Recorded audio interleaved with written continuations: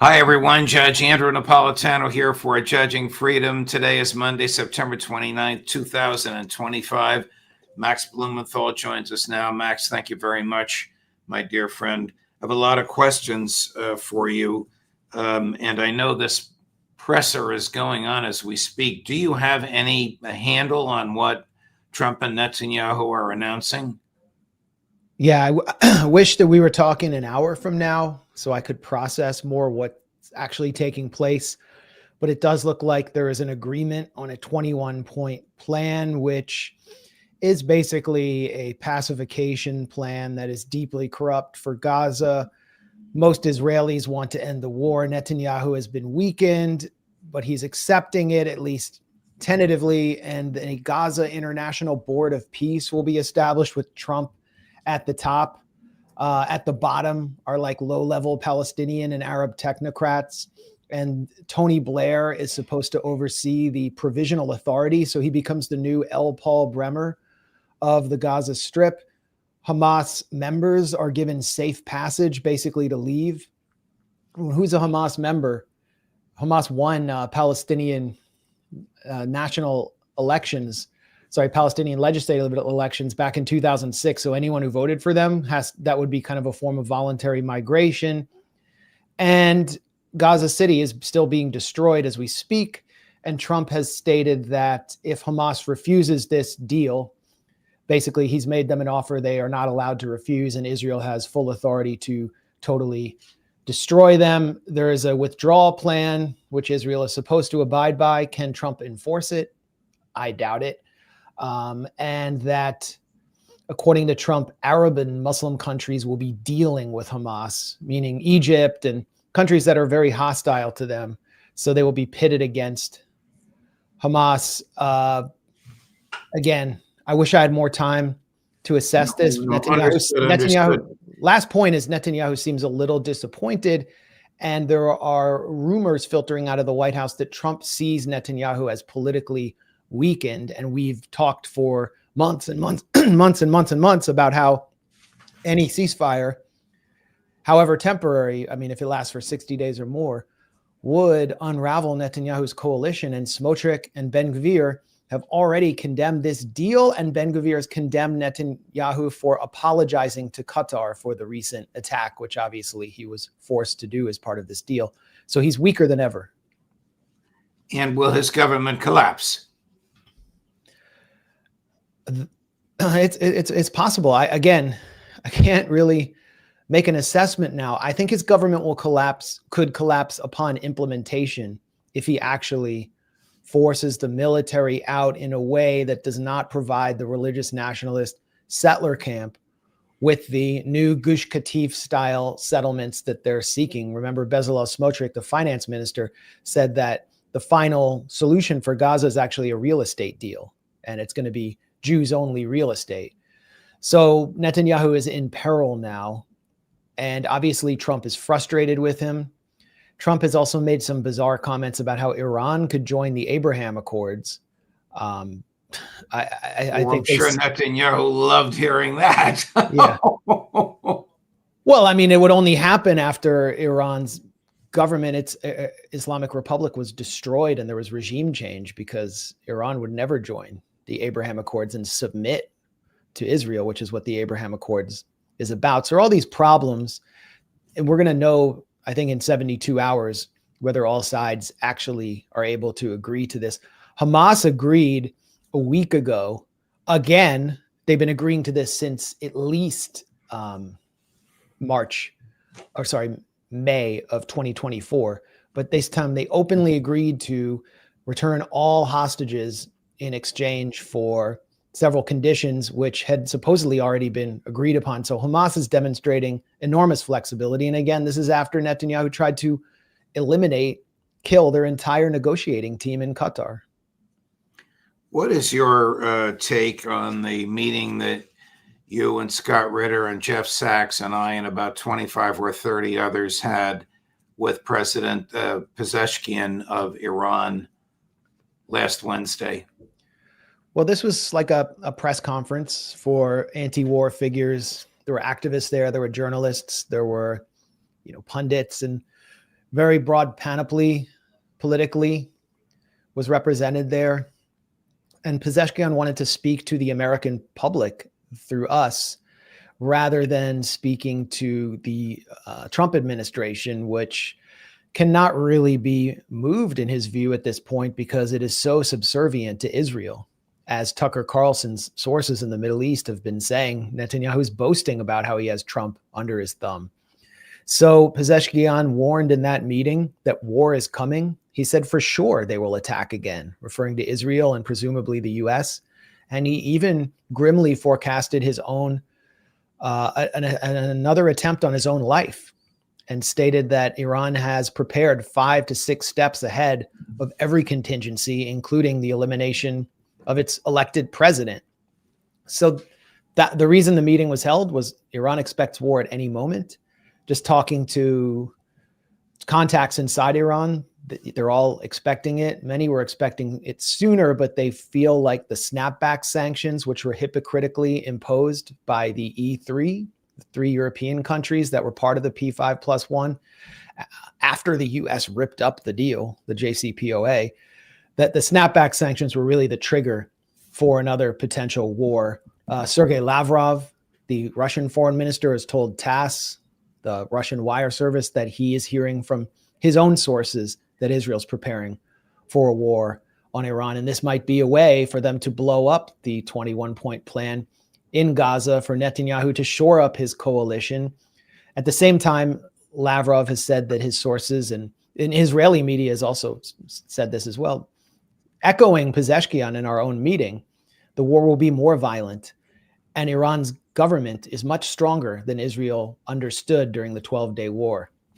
And Pezeshkian said that his society, he's a reformist president. He represents sort of the urban middle class, and that wants a more socially liberal society. And he has been more critical of the Islamic Republic than previous presidents. And he stated that even harsh critics in Iran and opponents of the Islamic Republic united around the flag and behind the military because Israel killed so many civilians, and they were so offended by the unprovoked nature of that attack. And what that really means is that Israel, in attempting this surprise attack, forfeited its ultimate objective of destabilizing Iranian society to the point where they actually achieve regime change and the streets become uncontrollable. And so Iran has a political advantage there going into what appears to be the next round of a more violent conflict. Forgive me if we've covered this before. Why did the Israelis bomb a prison, an Iranian prison? Was it an accident, or was there some diabolical purpose to killing prisoners and the people visiting them? No, that's a great question, and it connects directly to the last point I made.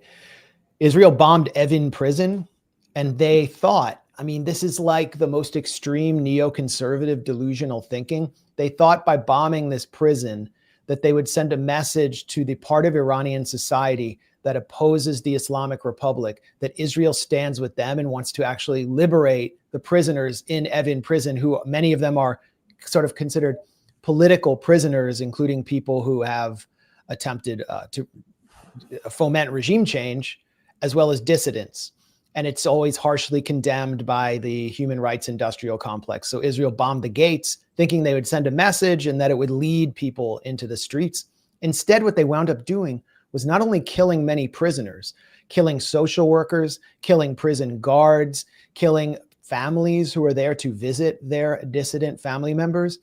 And they wound up facing the harshest consternation from some of the loudest voices supporting regime change, like Narges Mohammadi, condemning Israel for doing that. So it completely backfired. And this really speaks to the delusional thinking that animates Israel's war on Iran. There won't be a regime change war this time. It will be a war in which Israel seeks to drag the US more deeply into this conflict, which could lead to global economic disaster, with the Strait of Hormuz being closed. And again, they think they have Trump under their thumb. Do we know any more about the efforts at the home of Bill Ackman in East Hampton, Long Island, New York, to dissuade Charlie Kirk from his rejection of the Zionist ideology? Well, if I'd been an advisor to Pezeshkian, I would have told him to go before the UN and declare that Americans oppose war with Iran, including Charlie Kirk, who lobbied against it in the White House. Like, that would have really made waves. I reported that at the Gray Zone, and Vice President J.D. Vance came out on Charlie Kirk's show, sitting in his empty host chair, and corroborated what I said. And then I followed up by reporting on this secret influencer meeting where Charlie Kirk was screamed at by a Zionist fanatic influencer named Natasha Hausdorff, who heads a group called Lawyers for Israel, UK Lawyers for Israel. Their job is basically to get everyone who protests Israel's genocide jailed. They've been behind the efforts to jail the Irish band Kneecap for condemning Israel from the stage. And so Charlie Kirk was facing all of these fanatical figures at a time when his own conservative grassroots is against the war with Iran. When he was against it, was against Israeli malign influence in the United States.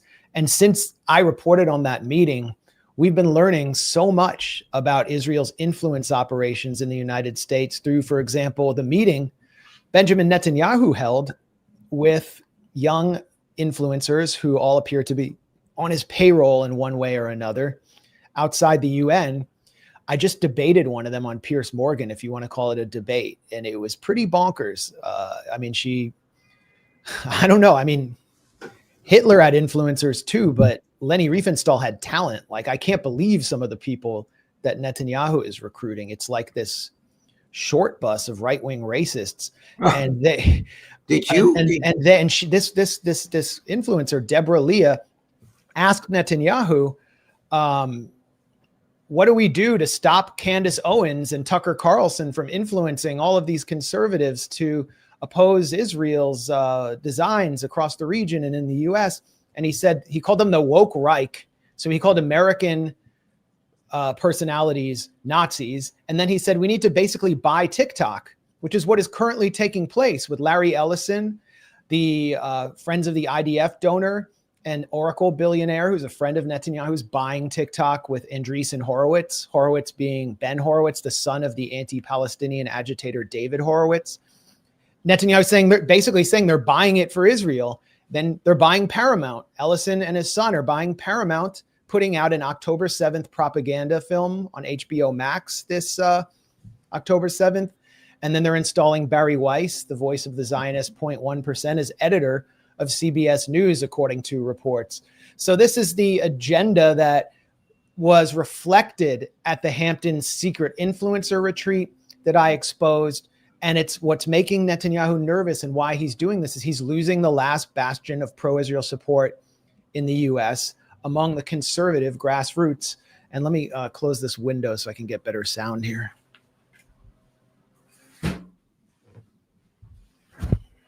We're back. All right.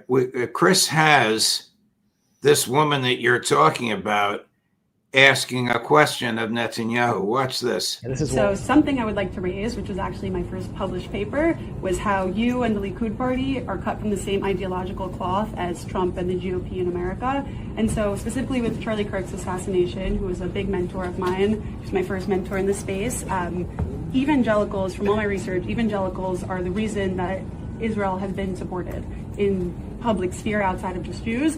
So with Charlie's assassination and with the kind of trajectory that we see with like Candace Owens and Tucker Carlson, I guess I'm curious about what's another game plan if we lose evangelical support for the state of Israel. What's our backup plan to be strong, like outside the diaspora?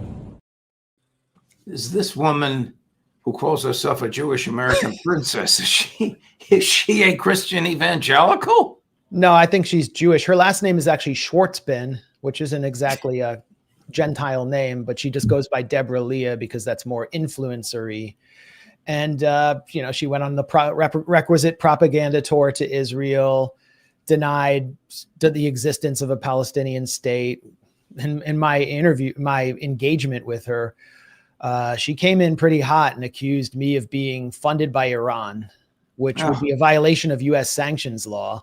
And would be also, it's highly ironic that she would make that accusation because it's not as though she's well known for anything. She's no one had ever heard of her before, and she's essentially a creation of Netanyahu and Israel's billionaire cutouts in the United States as they seek to take over social media to prevent young people from continuing to rebel against this genocide that Netanyahu has unleashed in Gaza. And he's obviously failing, but she's part of a coterie of influencers who are all sort of anti-woke, conservative, and it's all because of Netanyahu's problems with the conservative grassroots, where according to every single poll of young Americans' attitudes, Republicans under 35 now oppose Israel, are done with it for the most part. This is even happening in evangelical communities. It's even happening to some extent within Mormon communities. And it really comes down to two simple things.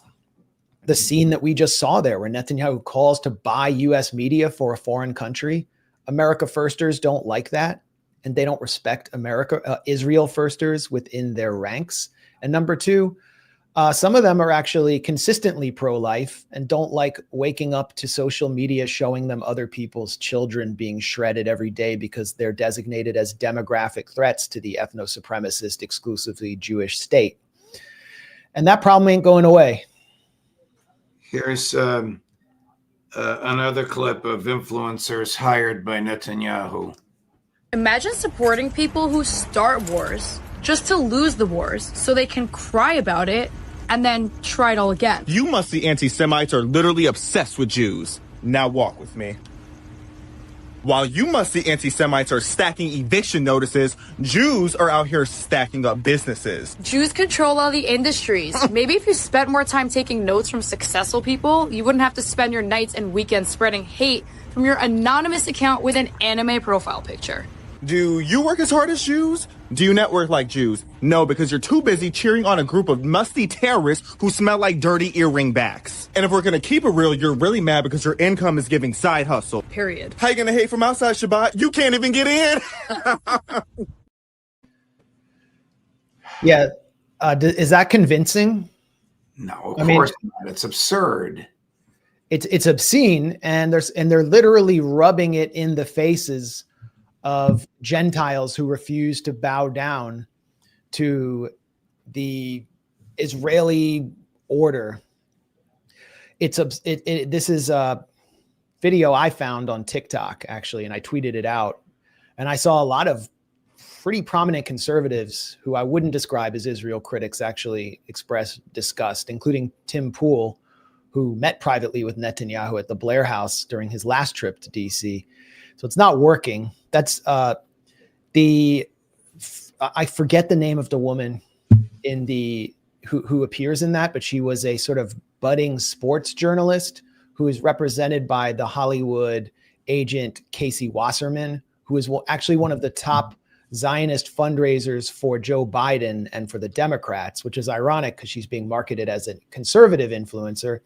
And Xavier DuRousseau, who is one of the figures who went to the secret Hamptons Influencer Summit with Bill Ackman. And every time I tried to ask him about it, he'd tell me he has to go to 3 weddings in Italy, or he was wine drunk.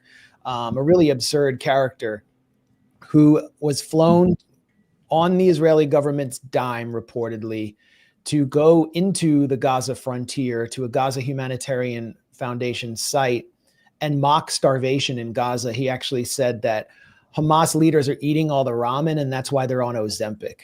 Again, I don't know how that convinces anyone. It sort of might amuse the death cult that supports what's happening in Gaza, but I don't think it convinces anyone else.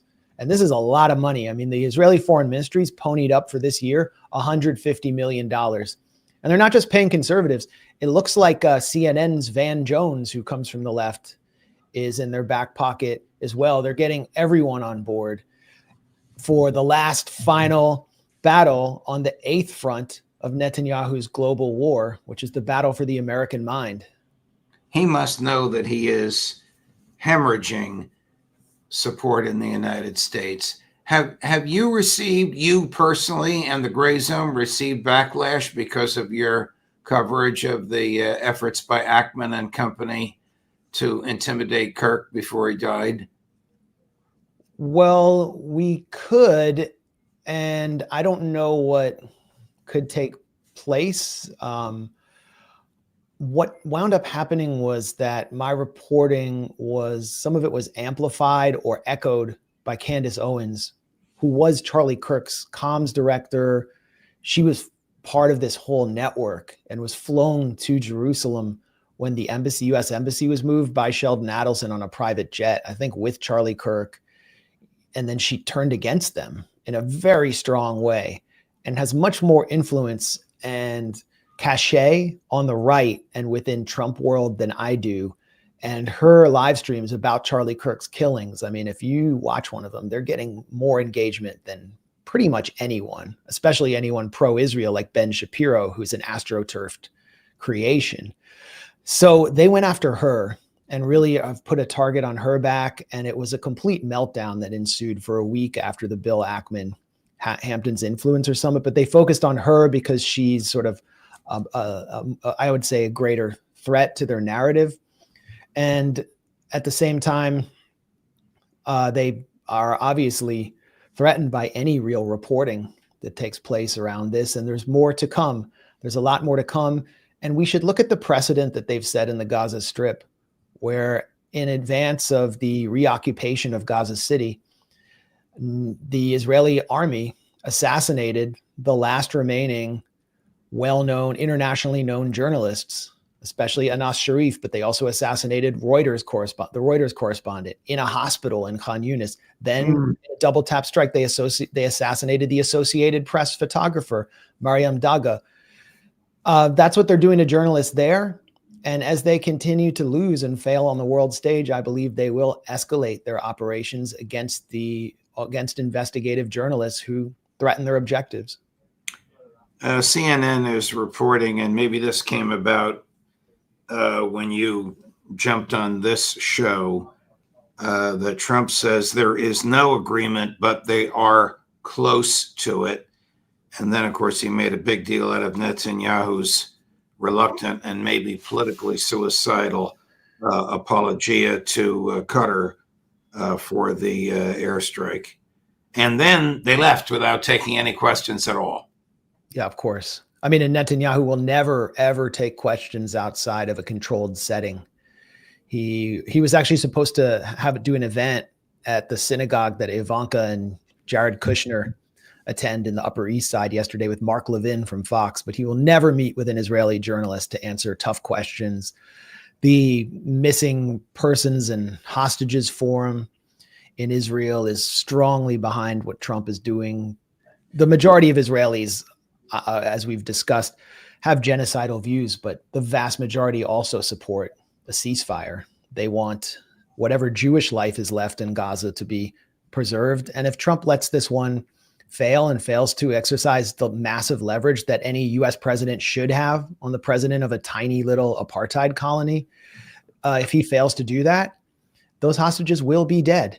And it will be another massive political failure that will highlight the real power dynamics, where Trump has essentially been controlled again and again. And the next event will likely be an attack on Iran. So this is where the rubber meets the road. And Trump needs to exercise some leverage for the first time. By the way, I mean, the apology to Qatar, that looks like something that Trump delivered in exchange for the $400 billion that Qatar put in the control of Trump Incorporated after his visit over there. So that was the leverage they had, along with 3 cabinet level Trump officials who were former Qatar lobbyists. But it needs to go further. Wow. Max, thank you very much. Again, your knowledge of this is encyclopedic, and I know you wanted to hear Netanyahu, who was on while we were on. I deeply appreciate your jumping on this. All the best to you, my friend. We'll see you again next week. Thanks a lot, Judge. Thank you. And coming up at 4 o'clock on all of this, Professor Jeffrey Sachs, Judge Napolitano for Judging Freedom.